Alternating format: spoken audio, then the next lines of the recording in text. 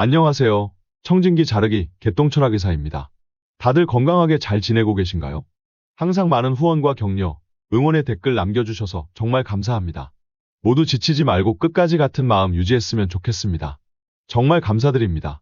7월 15일, 어제자로 전공의 사직서 수리 데드라인이 지났습니다.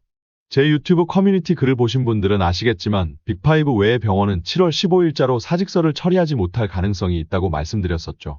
빅5와 빅5 외의 병원 간에는 입장차가 있기 때문인데 빅5는 9월턴 모집에 성공할 거라고 생각해서 일괄적으로 사직서를 수리하려는 입장이지만 빅5 외의 병원들은 권역 제한이 없다면 다들 빅5로 몰려 9월턴 모집에 실패할 거라고 생각해서 일괄적으로 사직서를 수리하는 것을 유보하려는 입장으로 생각됩니다.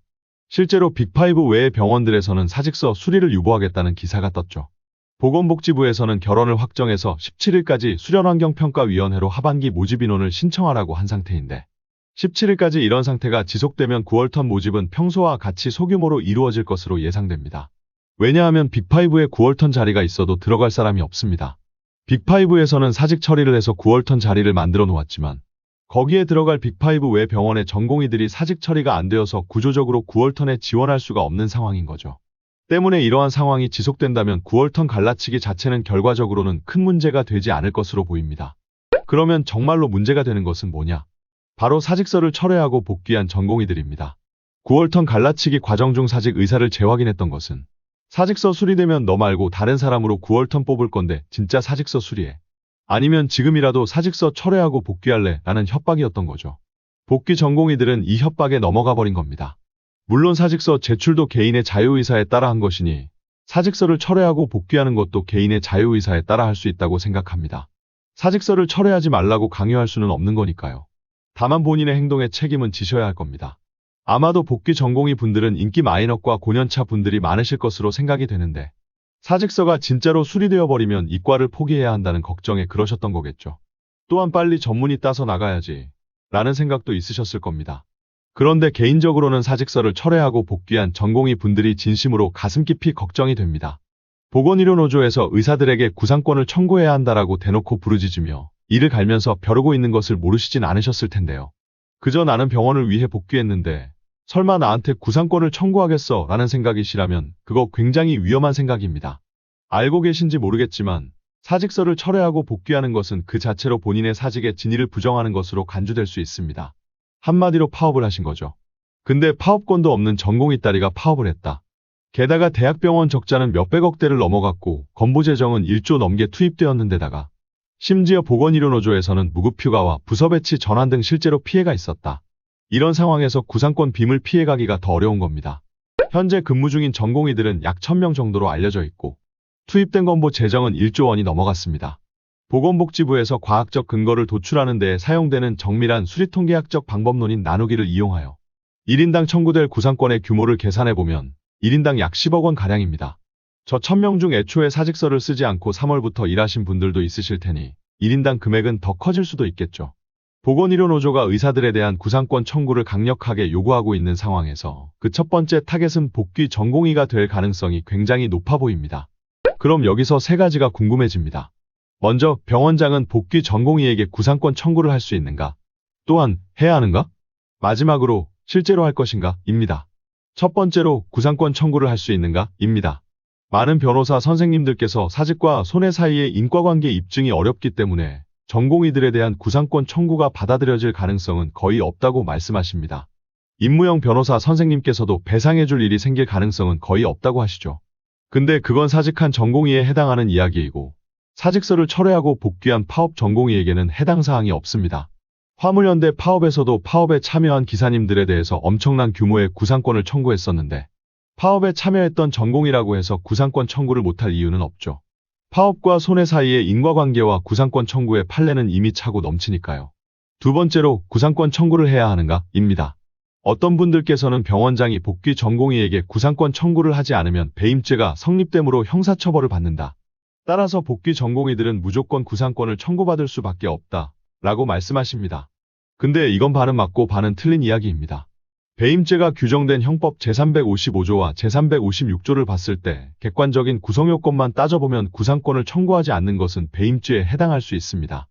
하지만 실제로 법정에서는 파업과 관련된 업무상 배임죄 여부를 판단하기 위해서는 경영 판단의 원칙이라는 것을 고려한다고 알려져 있습니다. 경영 판단의 원칙이란 회사의 최선의 이익이 된다는 판단 하에서 행한 결정에 대해서는 손해가 발생하더라도 면책될 수 있다는 원칙입니다. 이를 지금 상황에 적용해보자면 병원장이 병원을 정상화시키기 위한 의도로 복귀 전공의에 대한 구상권 청구를 포기했다면 배임죄의 고의가 부정되어 면책을 받을 수도 있다는 겁니다. 그렇다면 병원장들이 구상권을 청구하지 않아도 배임죄가 면책될 수도 있으니 복귀 전공의들은 구상권 빔을 피할 수 있는 것일까요? 결론부터 말씀드리자면 그렇지는 않을 것 같습니다. 세 번째로 구상권 청구를 실제로 할 것인가? 입니다. 만약 병원장이 구상권을 청구하지 않을 경우 지금도 독이 바짝 올라있는 보건의료노조가 병원장을 배임죄로 고발하지 않을 리가 없습니다. 물론 앞서 말씀드렸듯이 경영 판단의 원칙을 적용한다면 병원장이 구상권을 청구하지 않더라도 실제 법정에서는 배임죄에 대해 면책될 가능성이 있습니다. 그런데 과연 병원장이 굳이 복귀 전공의를 위해서 법정 싸움을 하는 형사 리스크를 감내해줄 이유가 있는지가 의문인 거죠. 사실상 그냥 구상권 청구해버리는 게 병원장 입장에서는 속편한 선택지인 겁니다. 게다가 특정 병원에서는 이미 전공의들에 대한 손해배상 청구를 검토한 적이 있습니다. 고발이고 나발이고 이미 몇몇 병원에서는 병원장이 먼저 나서서 검토하고 있었던 거죠. 또한 보건의료노조가 병원장을 압박할 수도 있습니다. 복귀 전공의에 대해 구상권을 청구하지 않으면 파업을 하겠다는 식으로요. 그런데 지금 상황에서 보건의료노조가 파업을 할 수 있나 라는 생각이 드실 수는 있습니다. 어제자로 충남대병원이 도산 직전이라는 기사가 났고 올해 하반기에 대학병원들이 연쇄적으로 파산할 것이 거의 기정사실화되고 있으니까요.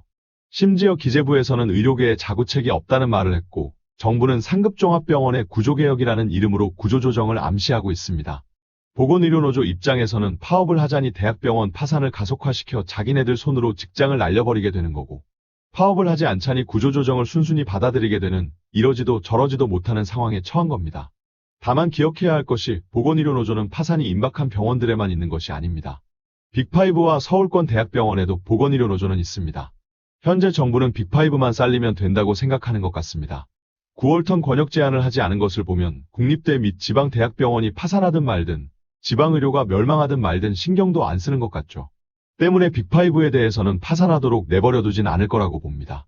그렇다면 빅5 보건의료노조는 상대적으로 파산 및 구조조정 리스크에서 벗어나 있어 행동에 제약이 적기에 실제 액션을 취할 가능성이 높습니다.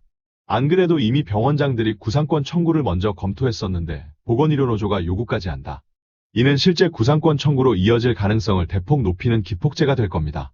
즉, 파산 위험성이 상대적으로 적은 빅5와 서울권 대학병원의 경우 복귀 전공의들은 보건의료노조를 앞세운 병원장으로부터 실제로 구상권 빔을 맞을 가능성이 매우 높습니다. 본인 책임이죠. 그렇다면 파산 위험성이 큰 대학병원의 경우는 어떨까요? 그런 대학병원들의 경우 올해 안으로 파산할 가능성이 크기 때문에 복귀 전공의가 해당 연차를 수료하거나 전문의 시험을 보기도 전에 병원이 먼저 공중분해될 가능성이 높습니다.